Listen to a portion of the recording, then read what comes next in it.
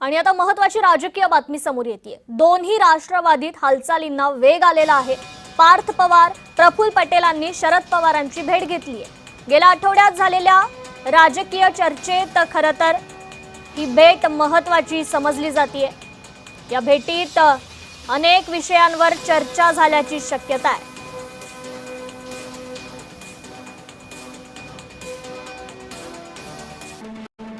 भेटीत या विषयांवर चर्चा झाल्याची शक्यता आहे। विषय आहेत मतदारसंघ पुनर्रचना आणि महिला आरक्षण विधेयकाला पाठिंबा देण्याबाबत।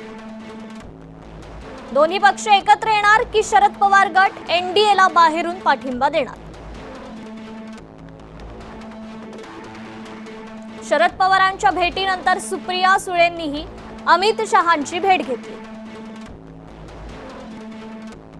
राष्ट्रवादीचे प्रदेशाध्यक्ष सुनील तटकरे यांनी अमित शहांची भेट घेतली। येत्या काळात शरद पवार मोठा निर्णय घेणार अशी चर्चा सध्या राजकीय वर्तुळात सुरू आहे।